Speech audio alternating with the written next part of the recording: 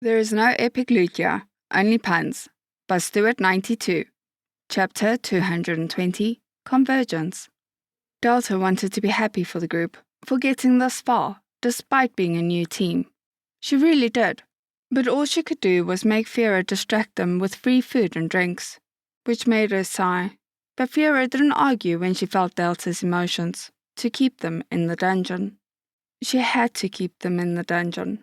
That void was out there. That echo she had been pondering about how to get close enough to tear down. Only now, it was coming for her. It was like a blot in the sun, a creeping sensation of something standing out on the street staring up at her window. It was an omen she could sense before she could even see it. Delta had briefly felt and seen echoes before. The parts of the little brother formed into new malicious entities. It was mostly around Rennie the ghoul's memories, and when she fought Maharia, the hopefully ex-villain. She had brushed against Maharia's favorite echo, her son, or, as others have called him, nephew. She also felt an echo when studying the last noticeable group with that lovely necromancer man. The tainted dagger had consumed one of them and even distracted Delta, revealing the echo in its entirety to her. It had been under durance. It had been content to wither away and survive off vague energy its items had given it, but not anymore. Now, the echo, the void, the lack of, the silence, was on the move towards Delta.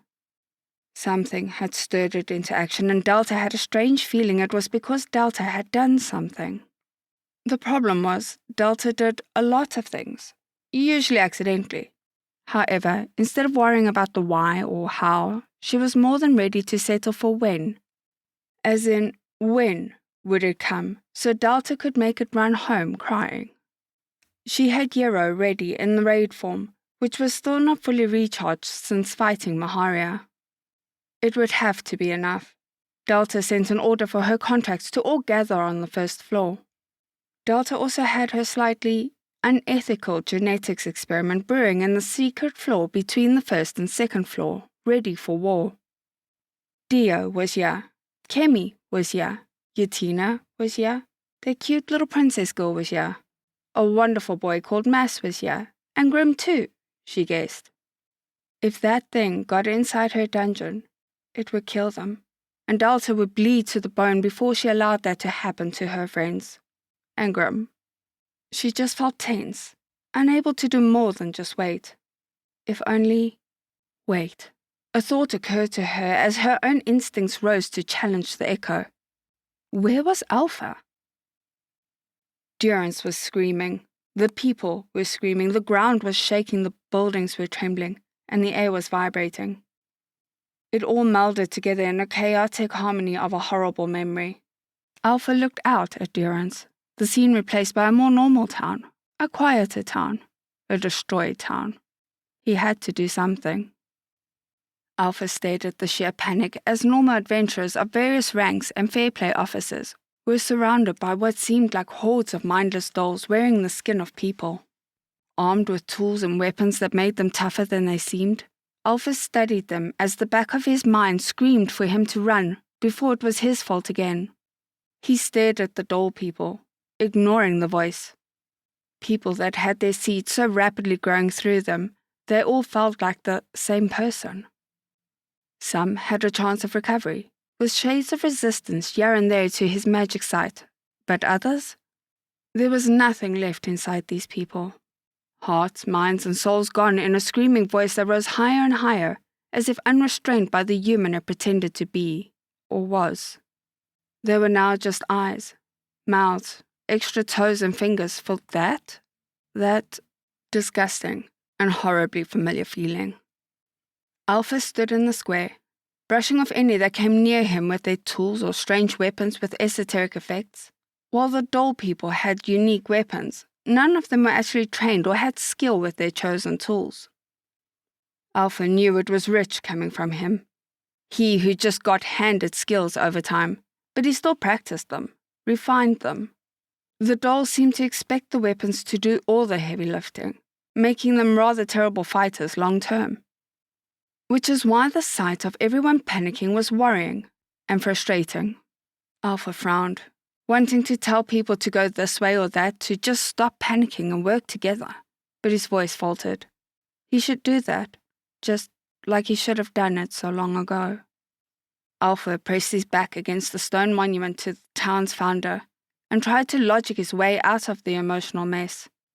He was not a leader.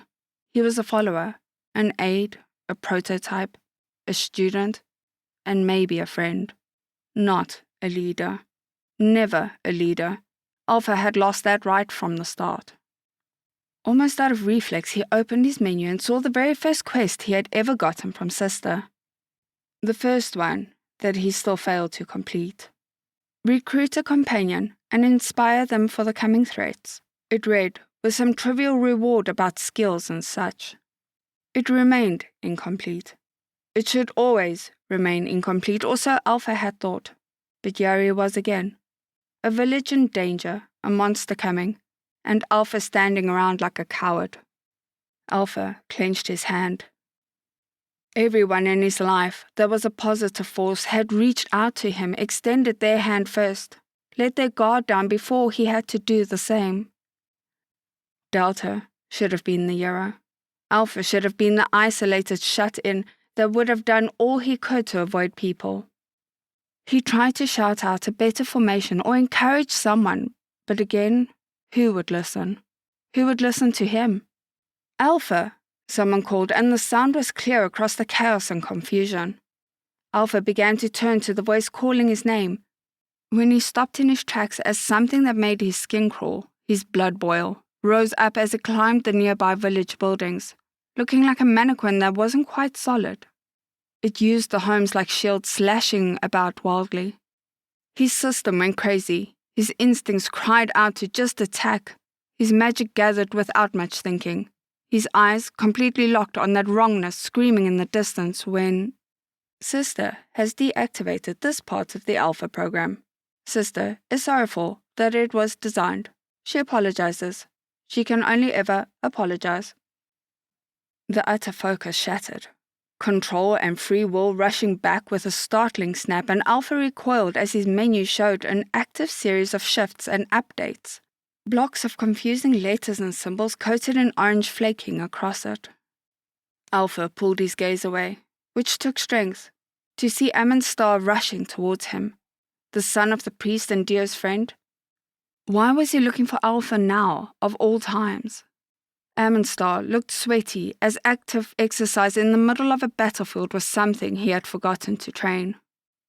One of the dolls, corrupted by the monster, slashed at Star, but the boy stomped his foot and waves of dust and fish bones from a nearby compost pile shot at the attacker, sending him crashing back with the sounds of clattering. Alpha supposed you don't ever have a bone to pick with a necromancer. Alpha tended to forget the boy was a budding necromancer. But it wasn't a bad thing. Necromancer rights in the eyes of the law and public opinion had advanced a lot in the last few years, if Alpha recalled. In Star's hand was that sword. A dozen feelings, a dozen regrets, warmth, annoyance, and pain flashed through Alpha with shattered memories of a hazy classroom, but it was gone before he could grasp details. Oh ho ho, nice touch. Can I interest you in a spine whip of a witch? The sword offered as it glowed, but Star shook it, making it splutter in annoyance as it reverted back to the sword instead of whatever it was becoming. Alpha, Gamia said there's a totally evil force at work and someone should do something about it. Also, don't say his name out loud. Star said, panting a little as he fought his way towards Alpha. Alpha said slowly. The name felt off. Not right. But not incorrect either. The sword was rather emotive, bending its pommel or making its blade tilt or bend to express one emotion or another, like a long face. Alpha, how have you been? Still shy? Still nervous? Still bite people? The sword asked, putting on a tone of detached brightness. But Alpha swore there was a tinge of something deeper, like someone hiding a long, painful weight, a pang of loneliness that Alpha had never thought anyone would direct towards him. We know each other, Alpha said, a statement, not a question. Gamma tilted his blade, making it curl like a question mark. You really don't remember? Damn, did I break the memory lock first? I don't know. Have we seen Beta? Delta? Is there an Omega? A Nu? The sword joked as chaos and terror rose in the town. Gamma seemed to actively ignore it all. It only makes sense. I am the oldest year in terms of our new jobs, right? Years and years and years and years of waiting. Gam trailed off flatly. The dramatic shift of emotions unsettled Alpha slightly, but he pressed on. What is that? Amonstar asked as he recoiled at the sight of the monster, leaping from building to building, screaming in a sound that didn't feel like noise at all. The thing seemed to be looking for something, finding dolls, but all of them seemed sour to the creature, as if it wanted to find a rare object amongst trash. Oh, that? That's Alpha. He's a bit quiet and... Oh, wait, you meant the jumping, screaming shadow monster that makes your insides feel tainted? Gamma laughed before humming, his tone a little like a crazy person who perhaps believed he was still isolated, talking to people who didn't exist. It's the screams of innocence, as it was cast down into the void, shattering into a dozen unflattering pieces that made unlikable monsters. It's a friend. Sort of. Not really. Not anymore. Even I can't say his name anymore. That got shattered too. It's inside everyone. A tiny piece. 1,000th of a sound of a letter. Gamma explained, which explained nothing. Gamma talked like he was on some stage, directing his voice out and exaggerating each word with a drawl or giggle. People are in trouble. What is wrong with you? Alpha asked the sword with a deep frown. For some reason, the tone of Alpha, his slight anger, affected Gamma more than anything else thus far, as if he expected Alpha to be in on the joke of it all. The thing changed from a sword to a shield as its tone became defensive.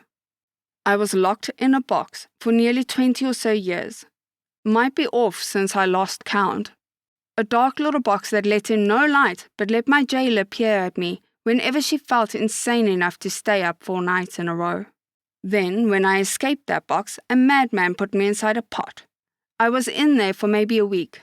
Again, time could be off. Then, when I escaped, I fell into a lake and was stuck there for a time. Gamma said, voice rising with sudden hysterics as if Alpha had no right to be mad at them. I apologize if my sense of urgency is a little lost, Gamma hissed, morphing through a dozen shapes as if their emotions were so complex, no one shape could hope to contain them. But that's just me. Why? What happened to you? Gamma demanded, questioned, raged, wept, and then laughed, and Alpha stared back. My beginner village was destroyed because I couldn't make any friends. Monsters tore apart the people who were kind to me, and my cowardice cost their loved ones, their homes, and their lives, he replied honestly. Pain tearing open scarred wounds he thought closed over long ago, and there was an odd pause that was broken up only by screaming and clashing of weapons. That's rough, buddy, Gamma decided and seemed to nod to itself, shaking itself back into a sword, returning back to a state of control and distant observation. All right, go kick some echo butt. Me and the Alman, yeah, will be cheering you on, the sword encouraged, and Alpha stared at Gamma for a full 10 seconds, hoping to hear the punchline to this joke, but nothing came. What about you? Alpha asked, what seemed to be an obvious question. Me? No, I've slain 3 or 4 echoes already. I feel like that's a lot. I even really liked one of them, Gamma said hastily, leaning away from Alpha as if he was now the unhinged talking weapon. Alpha supposed in a way he was. However, Alpha knew something else, knew someone else. Delta wouldn't push Alpha on to do this alone. When Alpha tried to do that and lost his soul, Delta rescued him, despite being out of her domain. Delta would give it her all, fighting not only the world's view but also the darkness underneath her. Delta would make Alpha feel like a hero. Alpha moved, taking Gamma into his hands, and it felt so right and so wrong. It was like Gamma and he connected on another level, beyond tool and wielder, beyond two lost souls, to the point where it was like their systems were two halves of a whole. Alpha's changed system began to block strange programs or processes that would begin linking them, the changes diverting and allowing both of them to retain their will and not become Weapon and Hero. Alpha exhaled and thanked Sister. The feeling he got was of mild shock from the system, but he didn't have time to think about that. One more won't hurt then, Alpha said, and he felt oddly strong. Not because of Gamma. The power was there, but this new strength came from a new source. Delta would be proud of him. Let me go. I feel weird. Your hands are too soft, Gamma said in surprise and tried to shapeshift into different forms to be released. We can do this together. You're the oldest and I have some skills.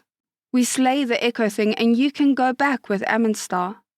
The faster you help, the faster you can go back to avoiding boxes and lakes, Alpha said, trying to imagine how Delta convinced newcomers not to kill everything. Slowly, and with great effort. I don't know. That Echo looks like a munchkin. I hate metagamers, Gamma complained, and Alpha felt the words echo in him, as someone else, a long time ago, threw the phrase at him over a board game, a table, somewhere safe. The key to beating a metagamer, Alpha said slowly, the words coming from his heart, is to metagame them harder. He said, and Gamma seemed to jolt in surprise at the words. Oh-ho-ho? That sounds a lot like a nerd I used to like, it teased. This can't get any weirder, Amonstar said, hands pressed together. Suddenly, before them in the air, a tear of deep black and red emerged with the sounds of roars echoing into quacks. Stepping forth in a cloud of ash, smoke and heat, a girl in torn clothes emerged. Damn ducks lied. That hurt. She cursed and stamped her feet down, putting out black fire and smoothing down her arms to ensure they were still there. Alpha and Gamma stared as Beta looked up to meet their gaze. Ugh, urge to call out nerds rising, she said, gripping her throat as she squinted as if the sight of them hurt her head terribly. Alpha actually had a strong urge to put his collectibles and fragile things somewhere safe, the sensation of knuckles dragging across his scalp emerging like a hidden trauma. Oh my God, it's antisocial girl, Gamma said with sheer delight, as if he had been waiting for this day for a long time. The biter and the one who talks like they're some movie character, Beta grunted, the words flowing out of her, but Alpha could see that it meant as little to her as it did to him. Beta stared, then growled, and turned, intending to walk off. Her words finally did register, which was annoying because Alpha didn't recall biting anyone. They all stopped, as a shudder seemed to ring through the air, through the ground, in the water, through the souls of every living being, focusing on the three of them in the same space. They're here, Gamma warned in a strange, high-pitched tone. The attention of dozens of beings like the creature nearby focused on them, as if hating what they saw, some dreading, some wanting to confront it, and some refusing to believe it. Alpha wanted to say they were eyes, but they were more like projections of great and terrible evils gazing from afar, with magic or sheer awareness. What the hell is that? Beta turned to the sky, as if trying to see what was staring down at them. Echoes. All the echoes. All of them focusing on the here and now, afraid of little old us, Gamma reported, as if he was long used to such eldritch nonsense. That's nice, but I meant that, Beta demanded as she radiated an aura of ash and demonic energy that made Amonstar stare at her in something like confusion, alarm, and interest. Alpha followed her gaze and pointed finger to the horizon where something large and ominous was moving through the air from the east, casting a large shadow over the fields like a slow-motion meteor. Coming into focus was something like a small office building combined with a glass decorative museum, moving along a perfect rectangular block of stone. It floated through the air on what seemed like dangerous but controlled levels of mana that Alpha had never sensed before.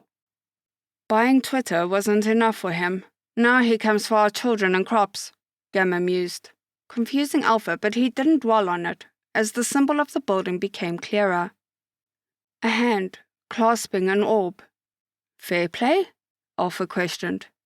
Fair who? Beta blinked and everyone looked at her, as if she was 10 pages behind in the script.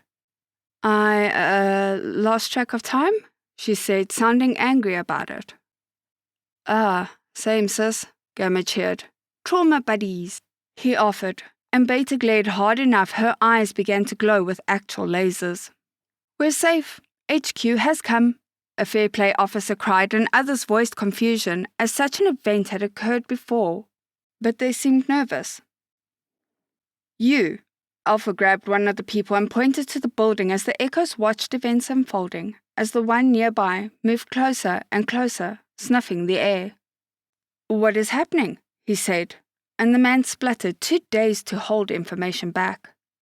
Fair play HQ is here, but it should only come if the dungeon is turning into an abomination, the man said with a tremble. Cool. Why bring the office building if the dungeon is going weird? Why not send people, or stay away? Beta questioned, sounding bored of it all already, and her stomach growled. Underfoot the grass smouldered, as if whatever she had come from now tainted her. The building hovered over Durance, then, like a net being thrown off a boat, surrounded the entire air in a semisphere that encapsulated the town with a mix of white, silver, and grey mana that was a lot like the equivalent of magic tofu. Alpha would say it was all bland to the point of being tasteless, but it was worse, in a way. It had a taste which was best described as awful. It's the mana filtering system. It'll protect us from the abomination taint, someone explained as they all glowed blue with some greens. Beta was dyed a deep black. Gamma was gold, to his annoyance, and Alpha was partly orange and partly white. You mean that mana? Beta pointed bluntly to faint wisps of orange motes that punched a corrupted follower of an echo in the seed, and another cloud that was spray-painting mushrooms only visible in mage sight until now. More motes appeared, as it punched through the filtering to do more things like sustain the children, nourish the adults, water plants, sweep doormats clean, get into war with some ants, conquered dust bunnies, and made a peace treaty with spiders. There was a long pause, but Alpha had seen enough. I'm going to stop the echo and check on Delta, he called as he ran off towards the echo in the distance, which was tossing Miss Ruley and Mr. Quiz around like toys. Mr. Quiz seemed to be waiting for the monster to get clear to do something, but the echo wasn't playing along, using Durance itself as a shield. Delta? You know Delta? Which one of us lucky kids get to be the murder hobo basement? I remember you, Beta, and the shattered one, but there were a few others that came and went in our special class. Oh, let me guess. Is it Bob? Was it Aerith? Maybe it was Justin. Or maybe it was Oren? No, wait. They had a stupid naming system, so it has to be someone starting with D. Gamma mused excitedly as he danced in Alpha's hands. Alpha wished he would focus, since it was hard to run in narrow streets with a sword that has an attention disorder with the need for attention. Miss D, Alpha commented simply. He blinked as Gamma turned into a pocket knife, as if it shrank in on himself, their voice turning more feminine in panic. Wait, Miss D? Gamma trailed off. Yep, Alpha responded with a small smile. Miss D, the one who taught us, that Miss D. Someone left her in charge of the arts and crafts? Gamma asked in sheer horror. She's a dungeon, Alpha reminded. Wait, Delta, dungeon, Miss D. Oh, I hate them so much, but Alfie? Listen, dungeons craft, Gamma stressed. Alpha didn't see the issue. Delta made interesting things as far as he knew. Miss D once got given the newest software for a computer, a sort of magic box, don't ask, and she caused it to blue screen the school system because she tried to open Paint on it, Gamma said, and Alpha had to admit it sounded Delta.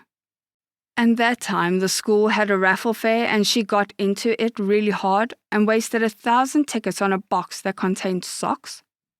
Then she spent her last ticket in some game the next day and won a hog bike. All she did was call it bacon, and that was it. She didn't ride it. Gamma went on as Alpha turned down the street and chased the monster. Delta hadn't really changed due to her hardships, and Alpha felt even warmer at the thought of his teacher refusing to change. And we can't forget about her time she was in charge of the Christmas funky holiday, don't ask, show, and she forgot the script, so had us reenact scenes from her books, where Santa came down to cheer the poor mother up by giving her gifts. It was a great show, but I couldn't stop cringing, Gamma admitted, and Alpha recalled the spider dances, waddles, the bar, the frogs, the circus, the feast hall, and more. Nope, she hadn't changed at all. Hopefully, she was second to wake and had time to mature and become the dangerous dungeon we all need right now to hide in, filled with dangerous traps, tricky floors, and maybe 100 levels deep. Gamma added with deep hope, and Alpha nearly stumbled headfirst into a wall at that. He had no idea how to break it to the sword. At all. Aren't you going with them? Amonstar asked nervously, as the demonic-feeling girl crossed her arms at the sight of Gamma and Alpha vanishing from sight. I was going to defend the town, but they charged off first, and I don't want to be seen as a copycat. I would totally do it, but I just don't feel like it now. The girl commented, and she looked strange, intentionally inhuman, as if she was made wrong on purpose, flawed so heavily it turned around to be charming again, deciding to choose imperfections, like a square jaw and crooked nose, over picturesque beauty. Amonstar admired that. I'm Amonstar. My dad is a saint, he said, hoping to get that little detail out of the way before it became awkward. The girl eyed him. The name's Beta. The closest I had to a father figure is someone I intend to devour and use his carcass to build a throne out of, she said bluntly, and Amonstar imagined her sitting on a brutal throne of bone and sinew. Awesome, he whispered, and Beta blinked at him, looking a little more unsure. One of the insane calcs rushed at Amonstar, and Beta turned, her hand morphing like flowing liquid into a giant black claw that swiped through him, causing him to fall to the ground with no obvious wound. He's not dead, I just slapped his soul and took something from him, Beta said calmly, as her arm bulged with veins as something dark was absorbed by her. Are you a blue mage? Amonstar asked, wondering if Poppy knew her. Blue mage. Do I look blue? Beta asked in annoyance as she turned into a scaly-looking snake woman that rose to 8 feet with crimson scales. You look cool, Amonstar said, with a slight feeling that Beta looked like a snake, but had no bones, no blood, something else that made his skin tingle. This is a new feeling. Slight respect for someone else. Shame is buried under my annoyance of people who won't shut up. Beta turned and roared at the fighting, her voice shaking, many of them, and a dozen calcs fell to the ground, black lights being drawn to Beta as she inhaled sharply.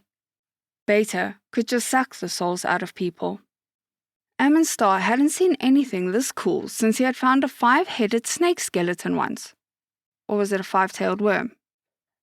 He never did find out. Hey, kid, want to see something cool? Beta asked as she unfolded one batwing and a dark duckwing. Try and stop me, Amonstar grinned as he glowed with a deathly aura. This is why I prefer death over life. So much freedom, Beta said as she flapped into the air like a multi-shaped creature that looked like some broken dungeon had spit it out one day. Amonstar's smile faded as a dozen fair play officers began to freak out immensely. It's a blue mage, Amonstar called, and a few of the officers hesitated. I am from hell itself. I will suck your souls out and feed them to my new friend, Mr. Death. Beta screeched like a bird, voice shaking the town. She's just dramatic, Amonstar tried to say quickly. Burn all life until we are free, Beta continued to cry, and Amonstar gave up, clubbing a fair play officer on the back of the head, making his own skull shake his brain until the man lost consciousness. Alpha's French was strange, he decided.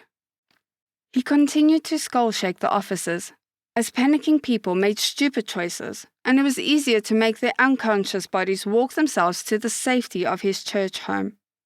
One couldn't call this necromancer lazy bones. End of chapter.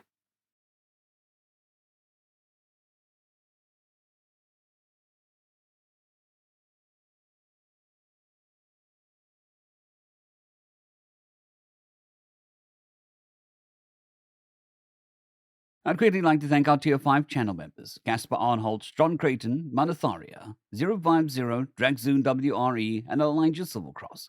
Thank you very much.